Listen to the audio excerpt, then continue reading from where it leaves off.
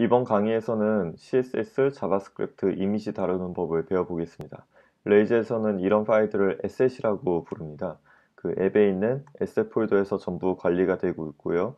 이미지는 이미지 폴더에 자바스크립트 그리고 스타일시트 각각의 폴더에 넣으시면 됩니다. 여기서 CSS 대신 SCSS라는 걸 레이즈에서 기본으로 지원하고 있고 또 자바스크립트 대신 커피 스크립트라는 걸 지원하고 있습니다. 이 둘의 특징은 기존의 CSS를 좀 더 구조적으로 쉽게 짤 수 있는 게 SCSS인 거고요. 그리고 자바스크립트도 마찬가지로 좀 더 간단한 코드로 작성할 수 있게 지원을 해주는 게 커피 스크립트입니다. 그래서 먼저 간단하게 한번 이 SCSS 작성법을 살펴보도록 하겠습니다.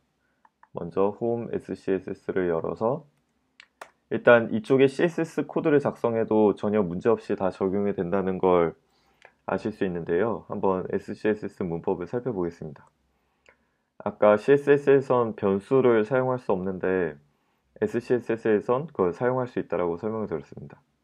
여기서 변수를 선언할 땐 달러 표시에 폰트 컬러를 작성해주고 그리고 레드라는 값을 넣어주도록 하겠습니다. 그러면 h1 태그에 대해서 스타일을 먹일 때 여기서부터는 CSS 코드죠.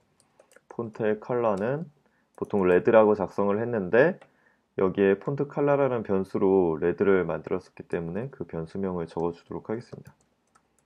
이거는 CSS에 기본 제공하는 건 아니고요.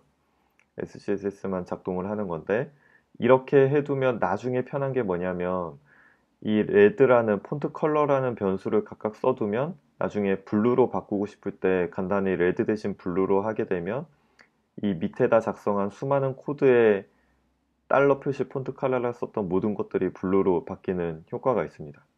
지금은 간단해서 굳이 왜 변수를 쓸까 생각을 하실 수도 있지만 이게 수천 줄에 걸쳐서 CSS가 작성이 되고 이 폰트 컬러라는 변수를 한 100여 곳에 썼다면 이 레드를 블루로 바꾸는 것만으로 그 100여 곳을 전부 수정할 필요가 없게 되는 거죠. 이 상태에서 미리 보기를 해보겠습니다. 그러면 H1 태그로 작성되었던 헬로 월드가 빨간색으로 바뀌는 걸 확인할 수가 있습니다. 이를 새 탭으로 열고요. 이건 일단 닫고 확인을 했습니다.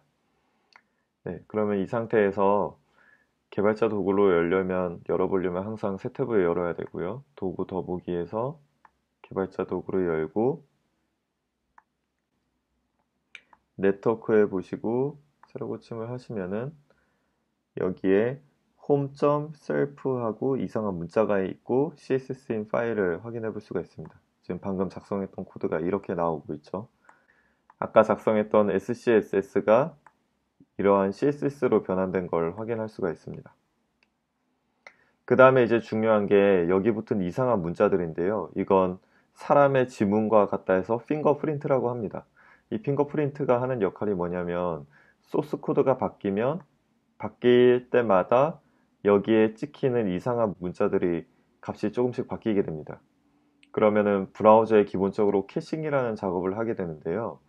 파일명이 똑같은 S 파일들은 전부 같은 그 내용으로 인식을 해서 서버로부터 다운로드 받아오지 않고 이 브라우저에 저장돼 있던 캐싱된 그 파일을 보여주게 됩니다. 그래서 우리가 개발할 때 서버에 아무리 내용을 수정해도 브라우저에서 봤을 때 캐싱되는 설정이 켜져 있다면 업데이트가 안 되는 것처럼 보이게 됩니다.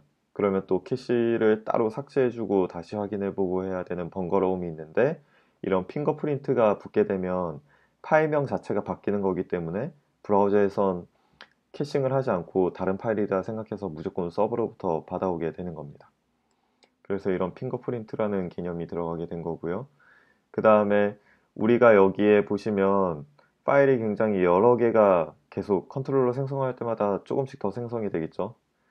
이것들이 실제 서비스 할 때는 굉장히 불편하게 되는데요.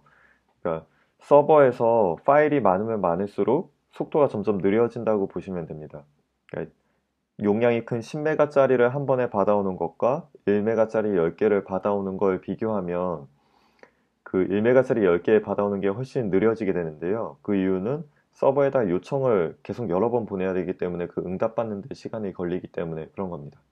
그래서 실제 서비스 올릴 때는 지금 이 여러 개로 나누어져 있는 에셋 파일들이 하나의 CSS 파일로 합쳐지고, 그리고 자바스크립트 파일도 하나의 파일로 합쳐지게 됩니다. 이건 프로덕션 환경이라는 곳에서 별도의 명령어와 세팅을 약간 변경해줘야 작동을 할 수 있게 되는 거고요. 그건 수업 마지막에 뭐 아마존 서비스에 런칭하게 할 때 더 자세하게 다뤄보게 될 겁니다. 그 노트에는 실제 프로덕션 환경에서 어떻게 그게 바뀌고 있는지 이미지를 넣어 놓도록 하겠습니다. 다시 돌아와서 이번엔 이미지 넣는 법을 한번 살펴보도록 하겠습니다.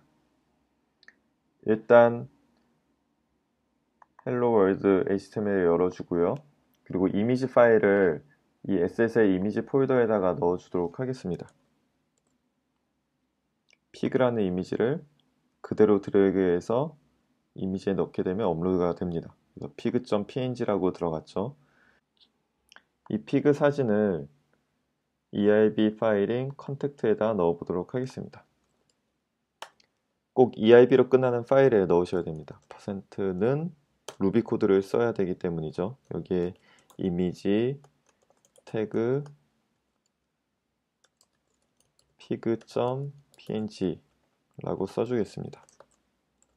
그 다음 저장을 하고 슬러시 컨택트로 들어가시면 돼지 사진이 나오는 걸 확인할 수가 있습니다.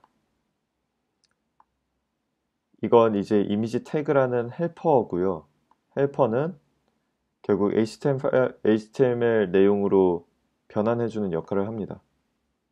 여기에서 래퍼에 들어가 보시면 이 이미지 태그 헬퍼 썼던 게 이미지 src라는 HTML 태그로 변환이 됐고요. 여기에 이미지의 경로가 장황하게 붙는 걸 확인할 수가 있습니다. 그다음에 이러한 헬퍼가 레이아웃에도 작성이 되어 있는데요. 이 스타일 시트 링크 태그라는 것도 하나의 헬퍼고 자바스크립트 인클루드 태그도 헬퍼입니다. CSRF 메타 태그도 헬퍼고요. 이게 실제로 어떻게 반영이 되어 있냐면 헤더를 열어보시면 링크 스타일 시트라고 되어 있는 이 홈과 어플리케이션 이 스타일 시트는 여기 스타일 시트 링크 태그에서 나온 거고 자바스크립트 인클루드 태그에서 나온 것들은 이 아래쪽에 자바스크립트, jQuery, jQuery UJS 이런 것들이 쭉 들어간 걸 확인해 볼 수 있습니다. 그 다음 메타 태그 CSRF 메타 태그스라는 헬퍼는 이 밑에 CSRF 파람스라는 이 메타 태그들 두 개를 생성을 해준 겁니다. 그러면 이번엔 매니페스트에 대해서 이해를 해보겠습니다. 프로젝트를 가장 처음 생성을 하면 자바스크립트 에셋엔 어플리케이션 JS 파일이 하나 있었을 거고요. 그리고 스타일시트엔 어플리케이션 CSS가 기본으로 있었을 것입니다. 이 내용들은 기본적인 그냥 주석이고요. 설명이 나온 거고 여기에 는 require tree 그리고 require self 이 두 가지의 내용이 있습니다. 이게 이제 중요한 코드인데요. require tree 이라는 거는 이 어플리케이션 CSS의 주변에 있는 파일들을 전부 불러온다라는 이쪽으로 불러온다는 내용이고요. 그 다음에 require self는 이 파일 자기 자신을 의미합니다. 그래서 실제 프리컴파일 될 때 위쪽에 먼저 주변에 있는 파일들을 다 불러오고 그리고 자기 자신의 작성된 이 밑에 이제 작성될 코드가 바로 그 밑에 이어서 붙게 되는 겁니다. 마찬가지로 자바스크립트 어플리케이션 JS에도 똑같이 작동이 되고요. 아까 이 HTML을 직접 보셨을 때 jQuery가 우린 쓰지 않았는데 이미 탑재가 되어 있는데요. 그건 여기에 require jQuery, require UJS, 그리고 터보링크, 그리고 트리하고 점에서 주변 거, 케이블 JS 이런 걸 다 불러와서 저렇게 완성이 된 겁니다. 이런 것들을 이런 require 어쩌고 이런 그 코드들을 전부 디렉티브라고 하고요. 위에서부터 순차적으로 적용이 된다라고 생각하시면 됩니다. 그러면 한번 직접 CSS를 손보도록 하겠습니다. 먼저 CSS에다가 그 기본적인 스타일들을 먹여보도록 하겠습니다. 노트에 있는 걸 복사해서 붙여넣고요. 그리고 코드 익히실 분들은 직접 손으로 하나하나 타이핑을 해보시기 바랍니다. 여기에 멈춰놓고 타이핑을 한번 해보시기 바랍니다. 그리고 저장한 다음에 새로 고침을 하게 되면 약간 바뀐 걸 보셨죠? 여백도 바뀌고 그리고 링크에 붙어있던 파란색도 없어진 걸 확인할 수가 있습니다. 네, 그 다음에 이 셀프에 들어가는 부분이 이제 이 아래쪽 코드가 됐을 거고요. 이 위쪽에 require tree라고 들어올 곳에 현재는 home SCSS 혼자만 있죠. 여기에다가 이제 노트에 있는 우리가 미리 디자인해둔 코드를 붙여 보도록 하겠습니다. 이건 빨간 글씨는 없애도록 하고요. 그대로 붙여넣고 저장을 하겠습니다. 노트에 있는 코드를 복사해 와서 넣으셔도 되고 이 영상을 잠깐 정지해 놓고 복사하셔도 됩니다. 까지 했으면 새로 고침을 해보겠습니다.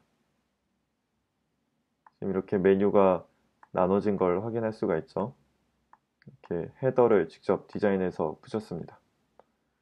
이 코드를 하나하나 설명을 해드리자면 일단 SCSS 문법으로 작성이 됐고요. 헤더 백그라운드 컬러라는 변수에 색상 코드 그리고 호버했을 때 색상 코드를 넣었고 헤더의 높이도 변수로 일단은 지정을 해줬습니다. 그 다음에 id가 글로벌 헤더인 거기 디비전에는 일단 디스플레이 픽스드를 해서 내리더라도 고정이 되게끔 지금 이게 짧아서 내려오지 않는데요. 내리더라도 고정이 되게끔 해놨고요. 디스플레이 픽스드라는 건 여기 화면에 일단 고정됐다는 걸 의미하고요. 그 다음 위스를 100% 그리고 헤이트는 위에 변수로 입력을 했고 그리고 탑과 레프트 위치를 정해줬습니다. 그 다음에 여기에 이제 .로고라고 쓰게 되는데요. 실제로 CSS에서는 이렇게 반영이 되는 겁니다. 샵하고 글로벌 헤더 그 속에 로고가 있는 것이라는 코드랑 같은 겁니다. 그냥 속에 한 번 더 넣어주면 CSS로는 이런 코드로 바뀌게 되는 겁니다. 그 디스플레이 인라인 블락 그리고 높이도 정해졌고요. 라인 헤이트도 이렇게 맞춰주고 메뉴도 마찬가지로 이 글로벌 헤더 속에 있는 게 되는 거고요. 그리고 메뉴 속에 li 태그가 있으니까 이렇게 인덴트로 계속 집어넣어 줄 수 있는 겁니다. 그 다음 이 n%는 li 태그 콜론 호버라는 효과가 있는 겁니다. 실제 CSS로 변형되면 li 호버가 되는 겁니다. 이 코드 상위에 있던 메뉴 그리고 메뉴의 상위에 있던 샵 글로벌 헤더 실제 CSS는 이렇게 해야 되겠죠.